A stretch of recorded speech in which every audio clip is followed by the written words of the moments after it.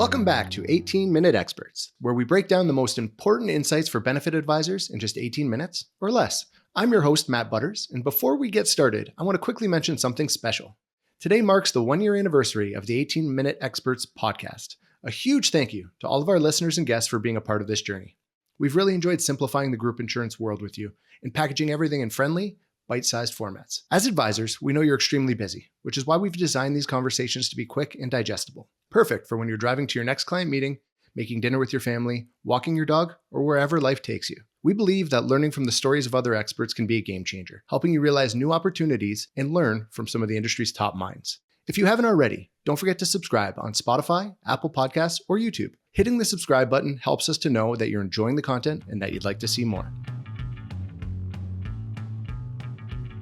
Today, we're exploring a critical but often overlooked aspect of group benefits, disability. And joining me is Kelly Little, an expert in the space and someone who's in a unique position because I don't know anyone else who solely focuses on group disability. Kelly, thank you for being here.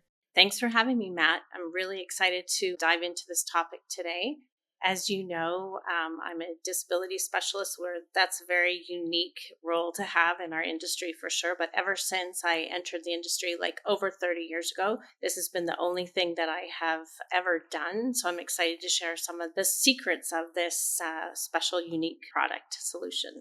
And before you start sharing all those secrets, it's just so cool because we always tout everybody as an expert, but 30 years, kind of not to say that you don't do a lot of things, but to focus on one thing, like that's how you build an expert. So again, thanks so much for coming today. With respect to, starting off chatting about disability, I'm sure, you see the same thing that I have, at least in the last 15 years, that is. And there's been some really interesting kind of ebbs and flows in the insurance market. Since 2008, we've seen a recession, some historic low interest rates, a pandemic, some high interest rates, and now we're in a weird economic flux with some impending trade tariffs that are going on right now. So given your unique experience focusing just on group disability, what kind of forecasts, what kind of expectations are you seeing in the disability market for the coming months and years? Yeah, great question. So the political environment and economic environment, interestingly enough, have a huge impact on what happens to people in general, and definitely in terms of what their disability experience looks like. And if you look specifically at that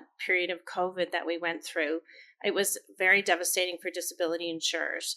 They were, significantly impacted and they are really struggling to recover. So, there are many factors from delayed medical treatments and obviously impacting much longer claim times to the mental health impact. And I think that's not just related to COVID, to what we're seeing today as you see, threats of tariffs and economic uncertainty. People just struggle mentally to navigate their way through those situations. And ultimately, what does that do? That impacts their health and well-being in terms of being a productive worker. So we see all sorts of impacts. And, if we even look at the whole era of employees working at home, well, it sounds like this whole idea of hybrid work would be, so desirable to employees. It's been a significant impact for disability insurers because once you have an employee at home, they don't have regular contact with people to determine whether they're actually healthy or not healthy or doing well.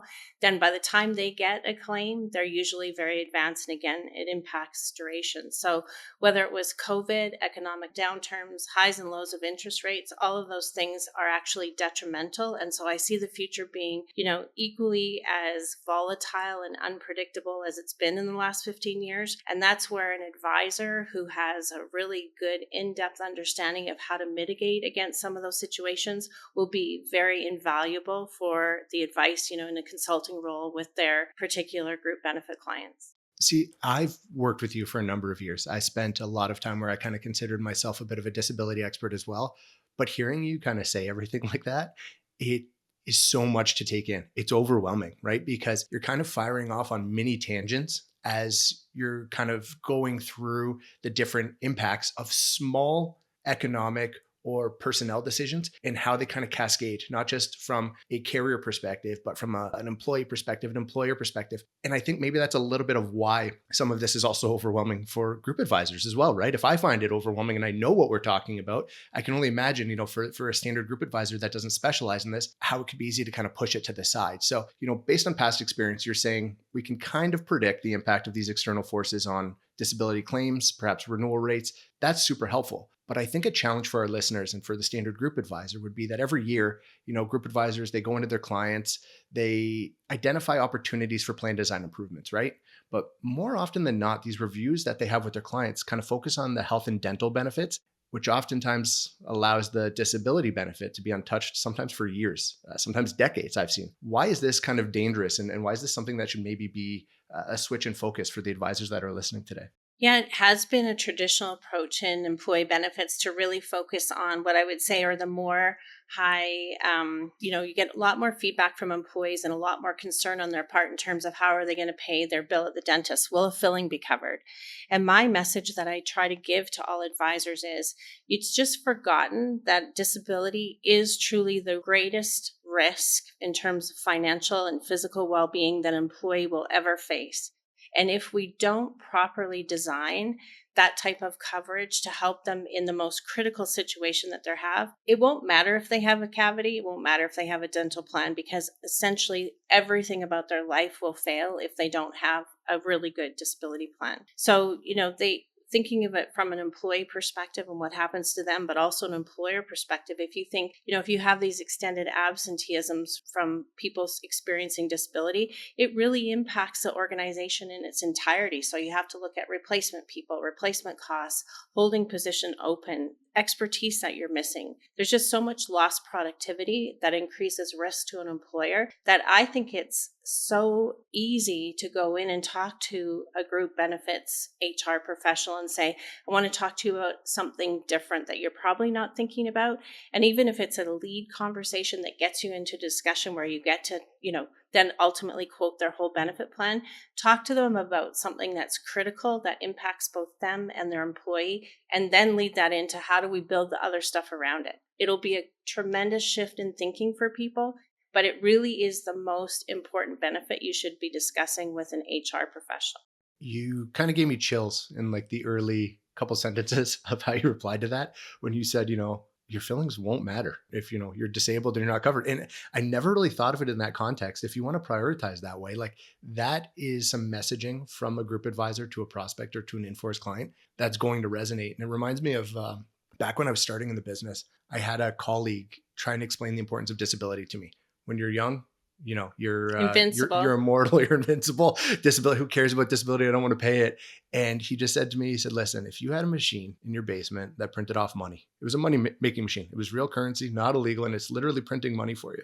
Would you oil the machine? Would you take care of the machine? Would you do everything in your power to make sure that that machine continued to print money for you and your family every single day, week, and month? And the answer was, of course I would. Well, guess what? You're working. You are the money-making machine to some extent, right? So why are you not focusing on this when it's such an important part of your life? And that's really what insurance is all about. But on the flip side of the coin, I can see why advisors fall into the routine that they fall into with respect to focusing on health and dental, benefits, because the trends, the plan design options, they're everywhere. We're inundated with them. And it's because of kind of the frequency and transaction approach, I guess, to how those claims happen, right? So I find there's so many resources available on the health and dental. And yeah, there's some stuff about disability claims management that comes up. And there's conversation about disability claims mitigation, but we don't really talk about plan design, right? If an advisor was looking to kind of strengthen their offering, what plan design options, opportunities are available in the disability space that they might want to be discussing with their clients? Yeah, so there definitely needs to be a shift in that conversation again from what I call the transactional benefits, so the health, dental, money in, money out type, to the focus on, what are the meaningful things that will really impact an employee in an organization. We get clients to really focus quickly on some main pillars that we talk about. We talk about quality, so the quality of the LTD plan and how does that actually, cascade down to the experience that a claimant has in terms of their ability to actually collect a benefit at time of claim. There's so much variation in quality. So there won't be many HR professionals, again, that really understand quality, like an LTD plan is an LTD plan. Well, it's not true. They actually differ significantly in terms of the value that they provide for an employee. And I always challenge them to say, if you're going to have your employees pay for an LTD program, then isn't it your job as custodian of the plan, essentially, to make sure every dollar that they spend on an LTD plan it translates into a benefit that they'll be eligible to receive. And we see that as a significant gap in the planning is you pay lots of premium, but you get disabled, and because of the contractual provisions, you're not covered. So we really talk about that in terms of the quality. The second element is cost, because there wouldn't be an employer that hasn't had a consultant come at a renewal time and give them a significant increase in their LTD rate. For sure. So we focus on cost containment, hedging against increases. How can we particularly, introduce a factor that will allow them to say that, again, we're also managing not in terms of quality, but in terms of cost. We can guarantee you employees, we've done everything we can to mitigate future cost increase. And then there's a whole issue of control. So we talk about quality of the product, cost containment, and control. So who controls the contract? Is it the insurance company that calls the shots, or is it you that has some say as an employer in terms of what that looks like, both currently and long term? So there are many design options that you can look at if you're really interested in incorporating some quality, cost, and control. And we talk about that. That's our bread and butter. We talk about a combo plan that you can introduce individual and group coverage, and you can stack them together to create a plan that delivers on these three pillars. So if an advisor was looking to deliver on those three pillars instead of potentially, and this is one option, right? And it's taking some time and making a concerted effort to talk to their carriers, talk to their reps about contract language, right? About diving into the financials to make sure that there's no overinsurance coverage where employees are potentially paying for coverage that they'll never receive. When we talk about, some of the intricacies of a plan, all source maximum, for those individuals that might not feel that they have the time, the sophistication to dive into that, is this something that you're available for if they're looking to reach out to you to kind of guide them through this process, introduce them to some of the, whereas you were saying that the HR people are the custodians of the plan because it's the employee's money. Are you able to act as kind of a helper to some of the advisors out there that are looking for help in this regard themselves? Yeah, so our whole business is built on the premise that we have these talented consultants who recognize that maybe they don't have the time or interest to be experts at everything related to benefits. So instead of taking the cookie cutter approach to LTD and it being the last point of discussion in any renewal conversation, they decide, you know what, we're going to partner with and bring in the experts as part of our team. So we always brand it to be whatever the consultant's branding is, will look like we are. We're going to come in as the experts. We're going to provide the opportunity to do a full audit of the LTD plan with the consultant first to give them some insight.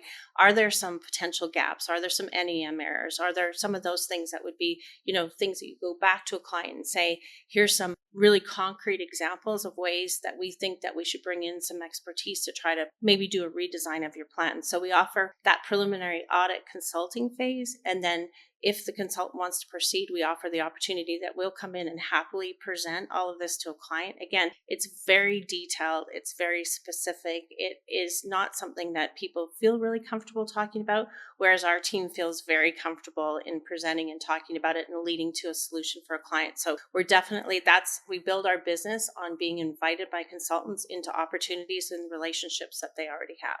So if an advisor doesn't have the capacity to go down this road where they build up their knowledge and their approach to group disability, there's other options available in the marketplace. And that could be potentially working with you or somebody like you, which is great because, the plan design option that you were describing before, the reverse combo, it's definitely unique, but like anything new, it would take some time for advisors to familiarize themselves with the value of it, right? Understanding what it does is one thing, understanding where to get a plan design is another. But more often than not, when trying to kind of convey this to our advisor listeners or to their end clients, the value is kind of what's important, right? So as a jumping off point, what have you found to be the biggest benefits to advisors and their clients if they were making some of the disability plan changes that you recommend? Yeah, in terms of a benefit to the client, I mean, there's a whole list of those. So, again, in their level of understanding, it will take literally more than 2 or 3 meetings for them to really say, okay, this really makes impact to me.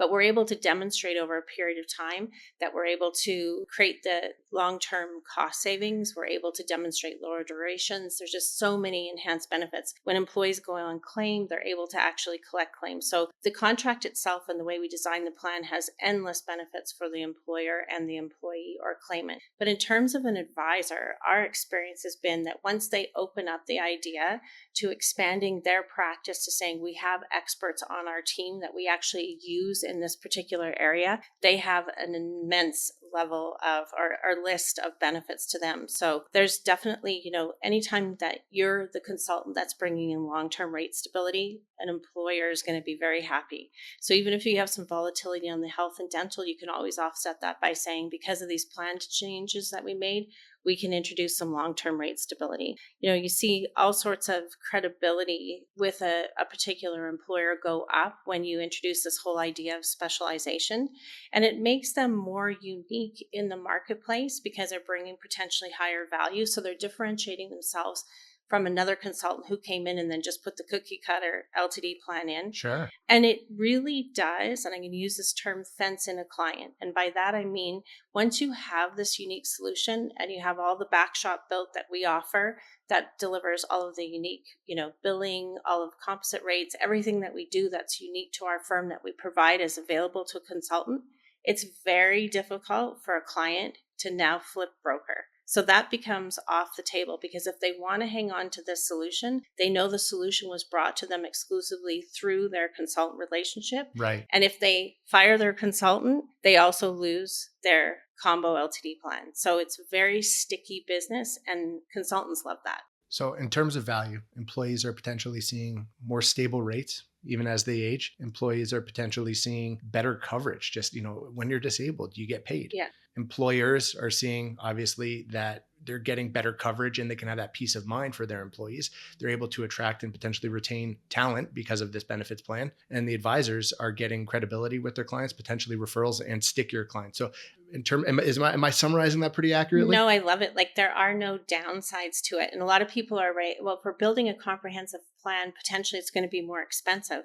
And I would challenge any consultant to take a look at that, because there's really significant advantages to splitting the risk between group and individual, like we do with a reverse combo. And that allows us to often go in at a lower rate than they're currently paying on their LTD plan. So it's not even that this is, people sometimes describe it, this is a Cadillac of LTD. No, it's not. This is very cost effective right from day one, and it just gets better as the plan ages. So the Honda Accord Yeah. of plans.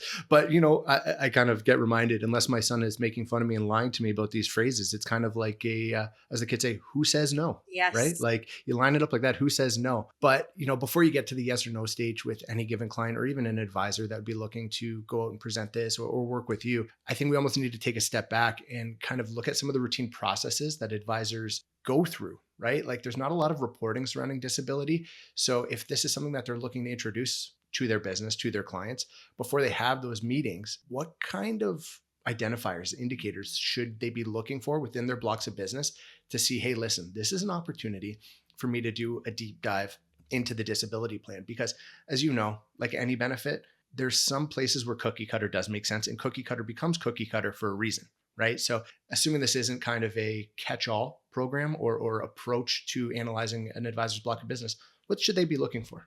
So if they're faced in a situation when they're at renewal, for example, and they have a client who over the last few years has seen increasing LTD rates, that would be one trigger to say, okay, the client's not happy. I come back every year. The one thing that they're complaining about is that they have to send out another employee memo to see the LTD rates going up again and again. So increasing LTD rates, as long as we haven't had an explosion in their claims experience, is one of the really good triggers and a really good time to say, I can do something more cost effective for you. So it could be increasing premium rates. It could be just a simple analysis of your highest income group and comparing that to your non-evidence maximums and identifying that you have a big gap there. You actually have a number of key employees in an organization that don't have the right level of insurance. That could trigger you, because we can always get much higher NEMs with a reverse combo plan.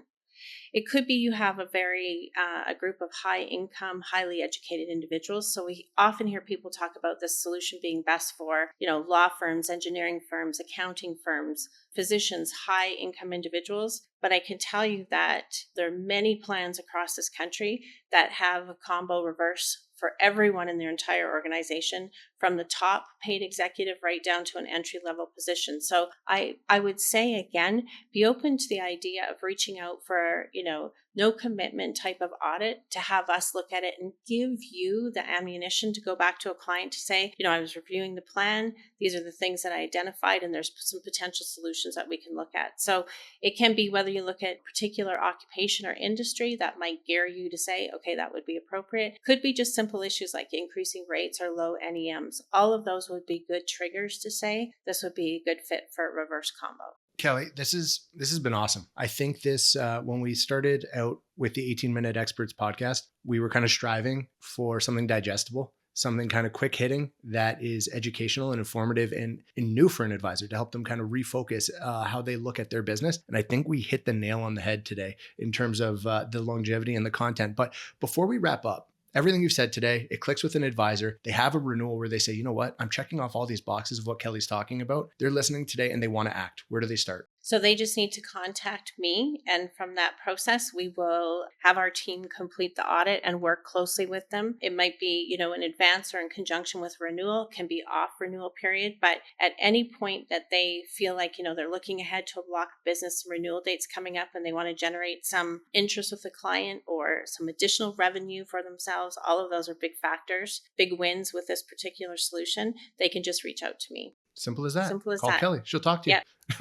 Kelly, thank you so much. Thank you again. Fantastic. I really appreciate you joining us today. Thank you for the time. Appreciate it. And to our listeners, thank you for tuning in to another episode of 18-Minute Experts. If you found this discussion valuable, don't forget to subscribe and share with your network. You can find us on Spotify, YouTube, and Apple Podcasts. And if you're not on there, check us out at www.peoplecorporation.com/18minexperts. Your support means the world to us. Here's to another fantastic year of conversations. We'll see you next time.